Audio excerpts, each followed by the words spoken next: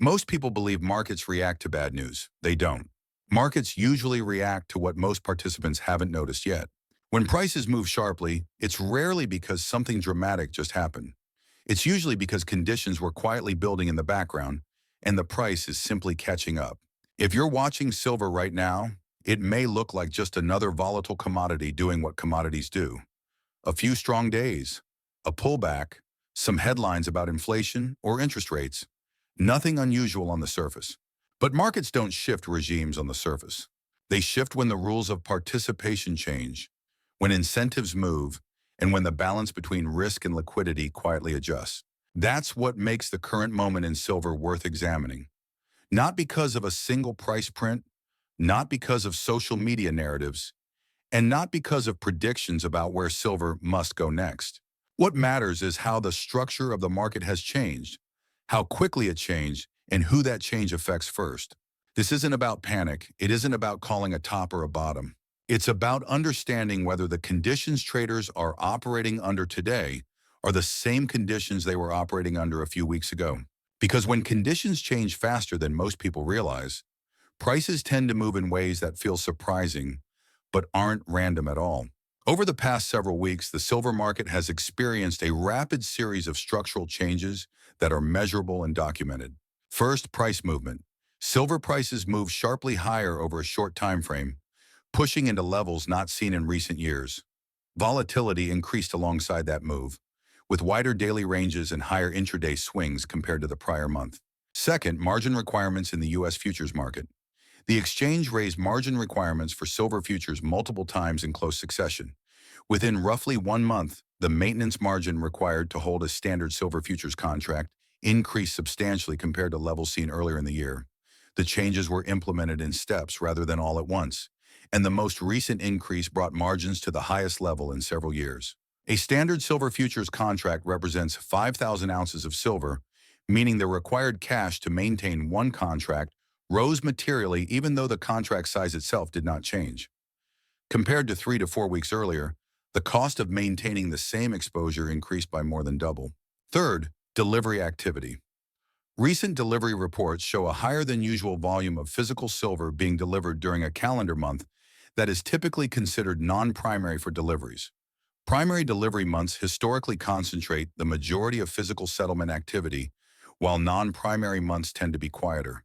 The current data shows delivery volumes that rank among the larger monthly totals on record, despite the timing.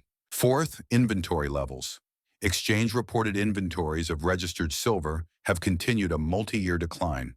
Current registered levels are materially lower than they were several years ago, reflecting ongoing withdrawals and deliveries. Short-term data also shows accelerated outflows during the early part of the current month. Fifth, global price references.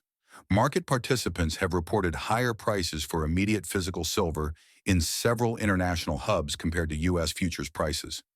These differences are observable in wholesale and regional physical markets, though they vary by location, form, and transaction size. Taken together, these facts describe what changed, not why it changed, and not what will happen next.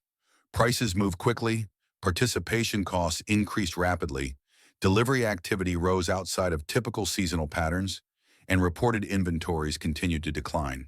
These are observable conditions, not conclusions. Market headlines tend to focus on price. Structural changes, however, often matter more than price itself. One of the most important implications of recent developments in silver is how quickly the cost of participation changed. Margin requirements directly affect who can remain active in futures markets. When those requirements rise sharply in a short period of time, the immediate impact is not evenly distributed. Larger institutions with diversified capital bases can typically adjust more easily. Smaller participants, including independent traders and funds with tighter risk limits, face more pressure to reduce exposure or exit positions. This creates a first-order effect: reduced participation from marginal players.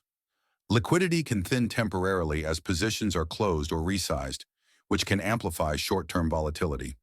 This does not require panic or manipulation. It is a mechanical outcome of higher capital requirements. The second-order effect emerges in positioning and behavior. When participation becomes more capital-intensive, futures markets can become more concentrated among fewer, larger participants. That concentration can influence how price discovery occurs, particularly during periods of stress or rapid movement. It also affects how easily price can adjust to new information, because fewer participants are setting marginal prices. Delivery activity and inventory levels add another layer.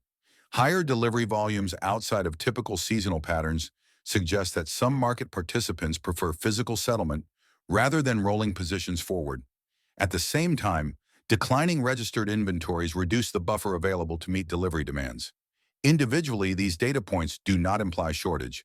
Together, they suggest a market operating with less slack than in previous years. International physical price differences matter in a similar way. When prices for immediate physical delivery vary across regions, it reflects differences in local supply, demand, logistics, and financing conditions. Persistent differences can influence trade flows over time, encouraging metal to move toward markets offering higher realized prices. That process is gradual, but it can reshape availability in specific locations. Another important implication is risk management behavior. Rising margins, higher volatility, and tighter inventories all increase the emphasis on balance sheet strength. Participants become more sensitive to drawdowns and more selective about the exposures they maintain. This can reduce speculative leverage while increasing the importance of cash management and collateral availability. Importantly, none of these effects require a dramatic narrative to matter. They are examples of structural pressure, not crisis. Markets often adjust through these mechanisms long before outcomes become obvious in headlines or price charts. The relevance of these changes extends beyond today's silver price. They influence who participates, how risk is distributed, how easily positions can be held through volatility, and how quickly the market can respond to new information.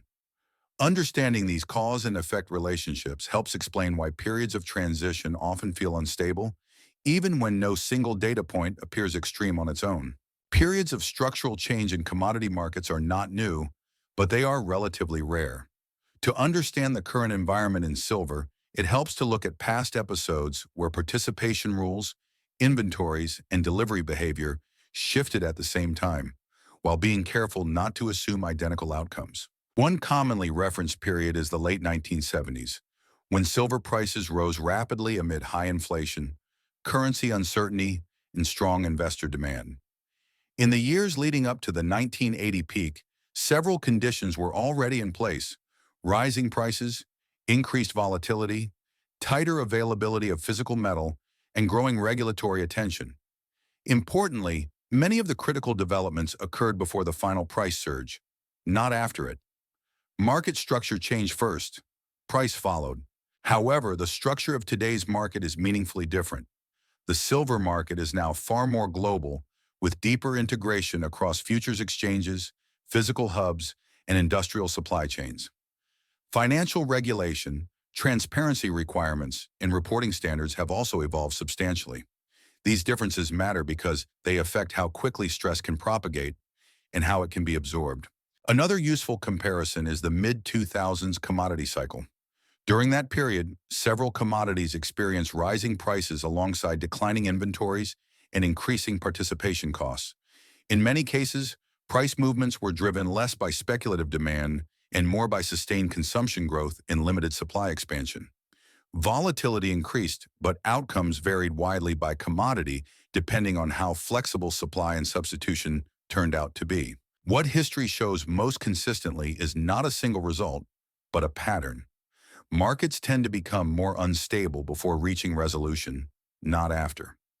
Participation often narrows, liquidity conditions fluctuate, and price signals become noisier.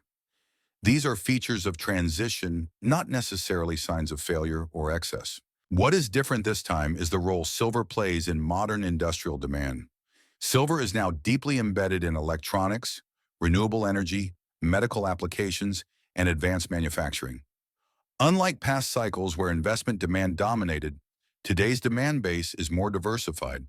At the same time, above-ground inventories appear lower relative to consumption than in many prior decades.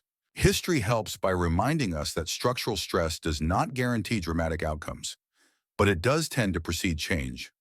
Using historical context properly means recognizing similarities without assuming repetition and differences without dismissing risk.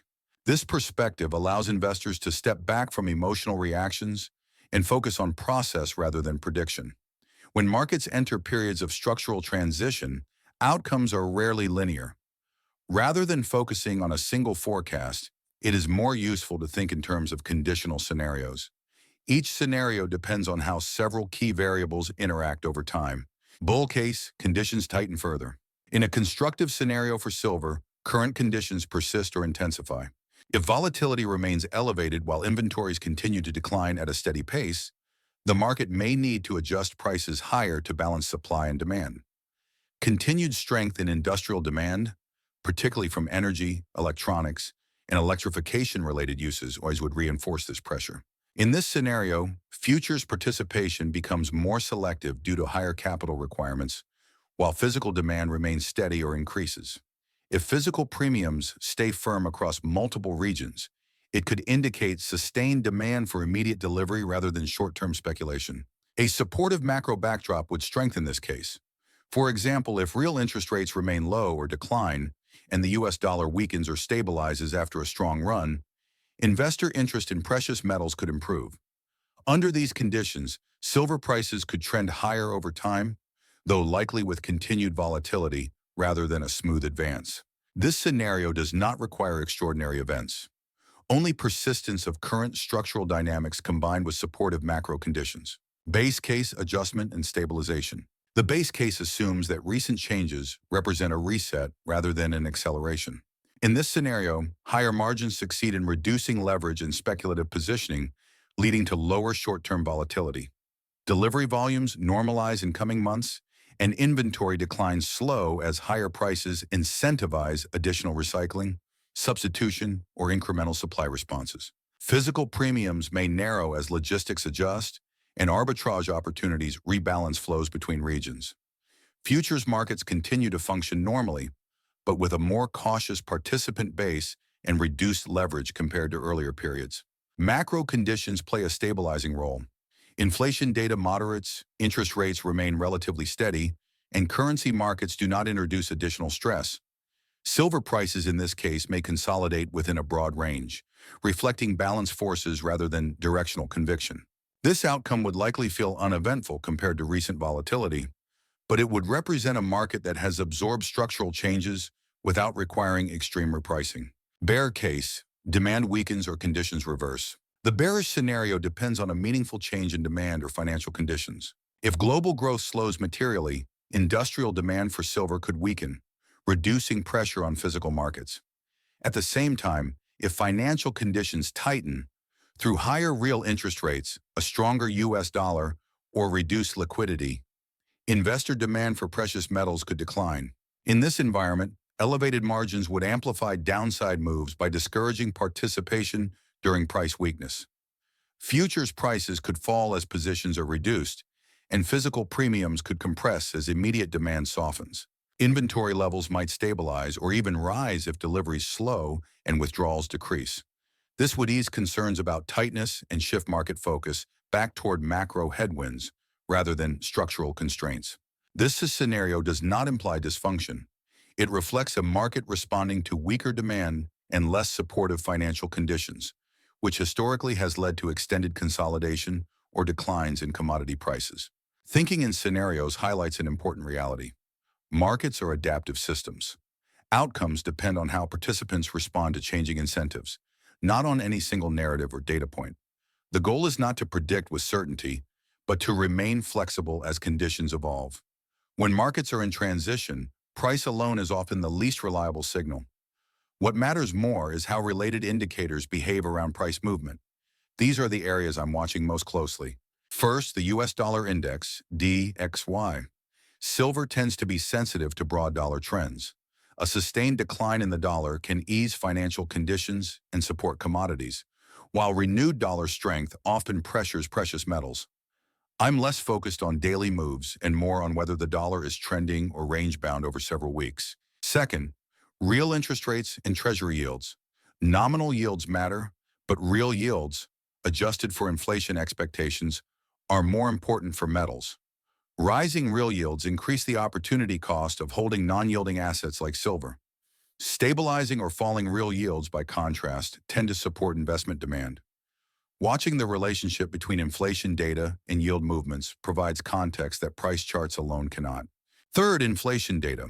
Reports such as CPI and PCE influence both rates and expectations.